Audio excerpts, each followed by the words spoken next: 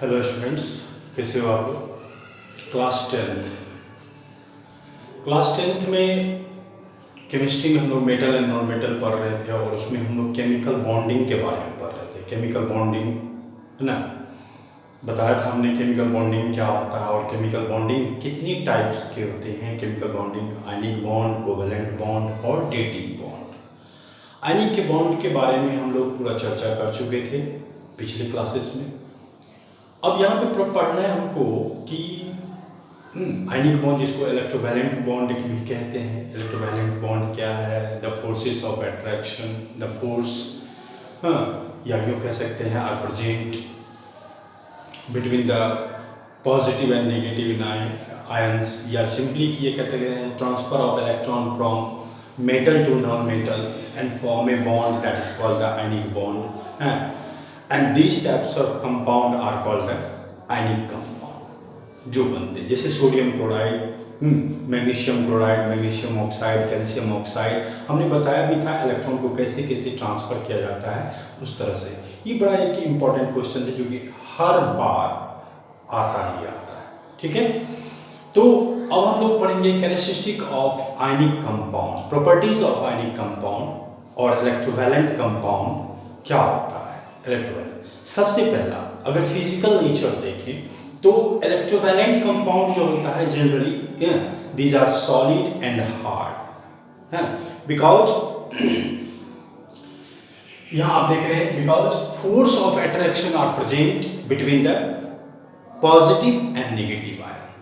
कि question reasoning question बनता है कि व्हाई आयनिक कंपाउंड और electrovalent compound are generally solid and hard. तो सीधा आंसर है because force of attraction are present between the positive and negative ion.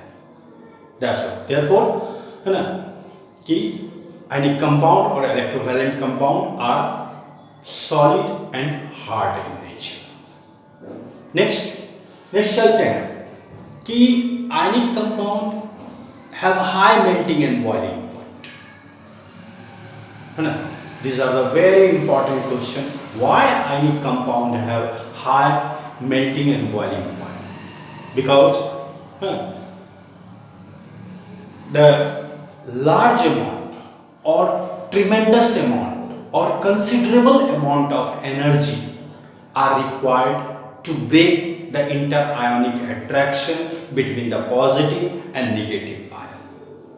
Therefore, it has a very high melting and boiling point. सीधा बोलेंगे because it has a considerable amount of energy. अगर NCERT के language में आप लिखना चाहते हो तो सीधा लिखोगे because it has a considerable amount of energy are required to break the interionic attraction between the positive and negative ion. That's all. दूसरा आता है, नेक्स्ट आता है कि ionic compound are generally soluble in water but insoluble in kerosene, petrol, diesel, etc. Next properties आपको आयनिक compound और electrovalent compound conduct electricity in molten state only but does not conduct electricity in solid state. Why? Because in molten state, ions are free, but in solid state, ions are not free because force of attraction are present between the positive and negative ion. So, तो ions उसमें free नहीं होते, इसलिए क्या होता है कि इन solid state में ये आयनिक कंपाउंड और electrovalent compound does not conduct the electricity. Okay, तो इसको आप ये प्रॉपर्टीज में से रीजनिंग क्वेश्चन हर बार रहते ही रहते हैं कि इसको आप अच्छे तरीके से मेमोराइज करके इसको राइट डाउन कर लोगे। क्लियर?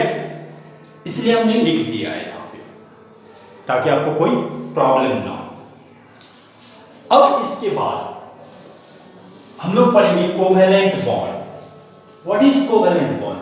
हालांकि कोवेलेंट बॉन्ड देखें,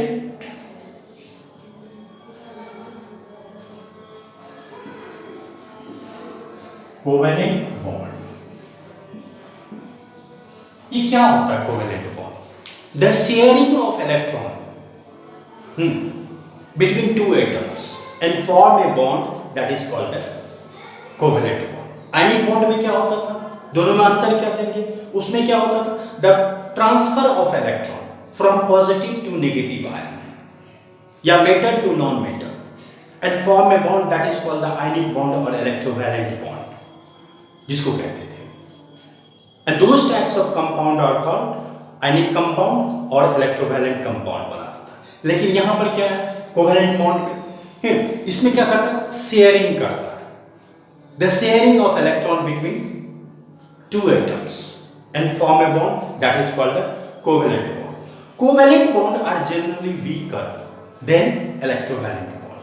जैसे यहां पर देखिए, अब जैसे हम आपको दिखा रहे हैं कि हाइड्रोजन है, हाइड्रोजन यहां पे H और H के बीच में, ठीक। हाइड्रोजन के आउटरमोस्ट ऑर्बिट में एक इलेक्ट्रॉन होता है, वैलेंसी भी एक होता है। तो यहां पर देखिए इसका भी एक, इसका भी एक। तो ये क्या करेगा? शेयरिंग कर लेगा आपस में और इस तरह का बॉन्ड बनाएगा, ठीक है। अब जैसे मान लीजिए ये O2 ले लीजिए, तो ऑक्सीजन ऑक्सीजन ऑक्सीजन का वैलेंस कितना? Valence electron 6, 2 2 4 2 6, 2 2 4 2 6। इस तरह से ये बॉन्ड बनता है, डबल कोवेलेंट बॉन्ड, ये सिंगल कोवेलेंट। अब देखिए कोवेलेंट बॉन्ड जो होता है तीन तरह के होते हैं, single covalent bond, double covalent bond और triple covalent bond. Types of covalent bond अगर हम देखें, पहले ये देख लीजिए सिंगल, तब आप समझ जाएंगे इजी वे। पहला हो गया सिंगल कोवेलेंट बॉन्ड।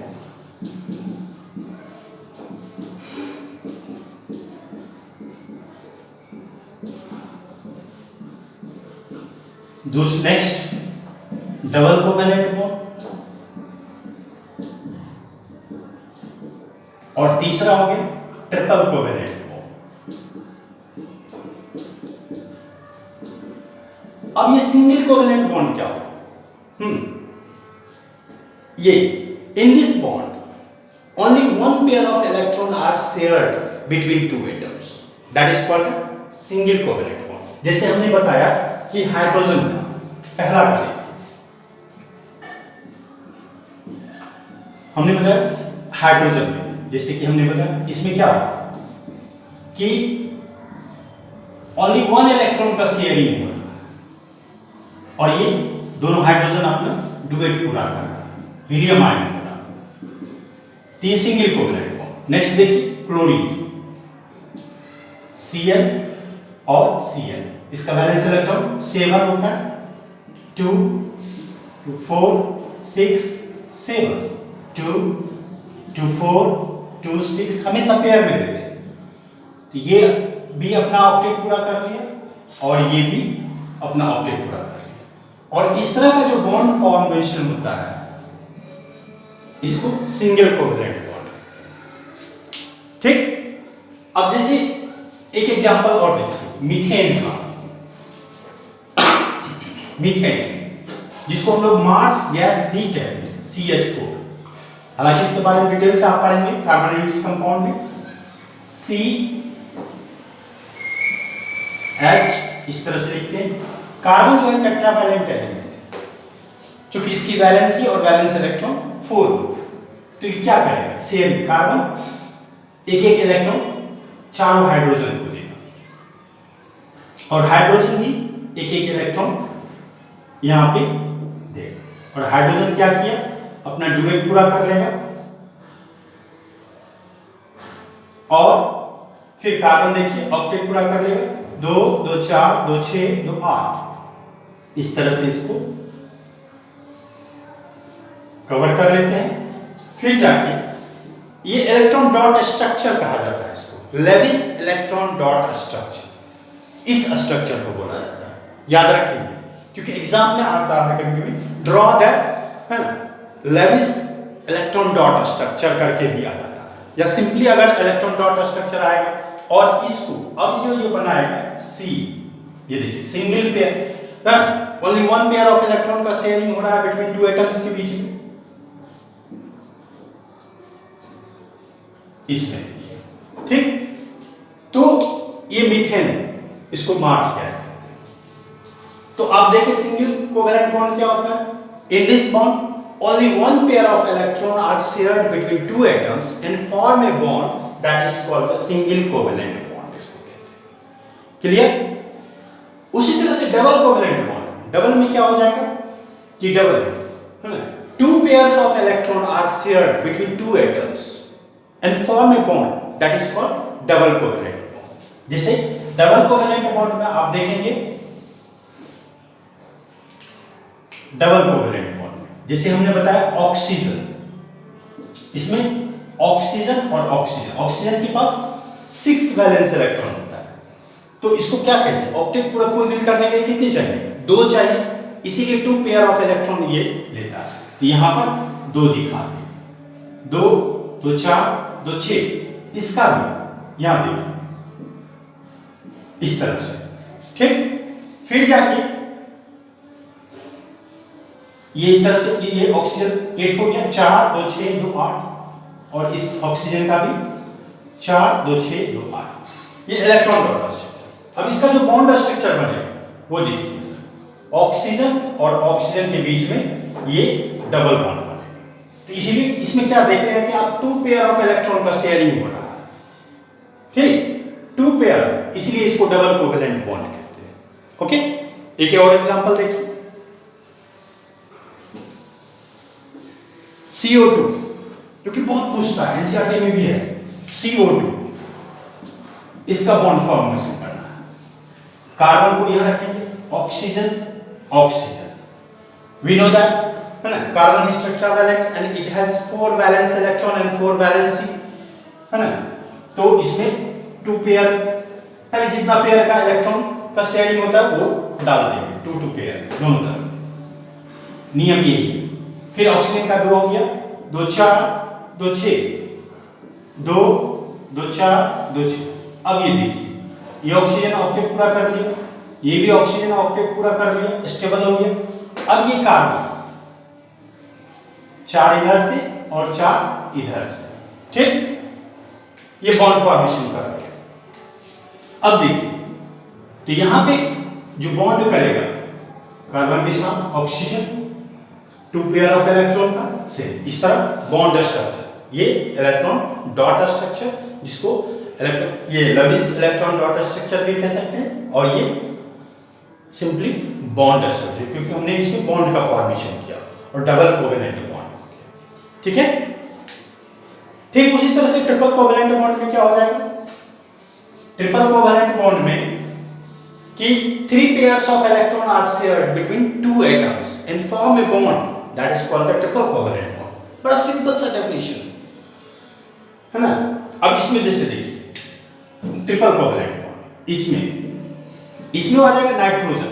अब देखिए नाइट्रोजन N और N, नाइट्रोजन का वैलेंस इलेक्ट्रॉन कितना 5, इसको चाहिए कितना 3 इलेक्ट्रॉन चाहिए, 3 स्टेबल होने के, तो 3 इलेक्ट्रॉन पेयर का शेयरिंग करेगा, ठीक। अब इसके पास 2 बचा, इधर 2 इसके पास, ये नाइट्रोजन देखिए 3 3 6 2 8, और इधर भी 3 3 6 2 8, यानी दोनों नाइट्रोजन क्या हो गए स्टेबल हो गए। अब इसका अगर बॉन्ड स्ट्रक्चर देखें, इधर देखिए तो ये इसमें क्या होगा, दोनों नाइट्रोजन के बीच में ट्रिपल बॉन्ड हो जाएगा, क्योंकि ये 3 पेयर ऑफ इलेक्ट्रॉन का शेयरिंग किया है, इसीलिए ट्रिपल बॉन्ड का फॉर्मेशन हो गया। तो बिल्कुल आसान, once more single covalent bond, ठीक है ना। In this bond only one pair of electron are shared between 2 atoms and form a bond that is called the single covalent bond। 2 pairs of double covalent bond, 2 pairs of electron are shared between 2 atoms and form a bond that is called the double covalent bond। triple covalent bond, 3 pairs of electron are shared between 2 atoms and form a bond that is called the triple covalent bond। तो पहले इतना तक आप लोग command करें। फिर हम लोग अभी मेटल नॉन मेटल का सबसे मेन चीज जो enrichment of ore, concentration of ores, mineral gangue, extraction, ये पढ़ना बाकी है। ठीक है, तो पहले यहाँ तक आप कमांड करें, लाइक करें, सब्सक्राइब करें और घर में रहें, सेफ रहें। ओके।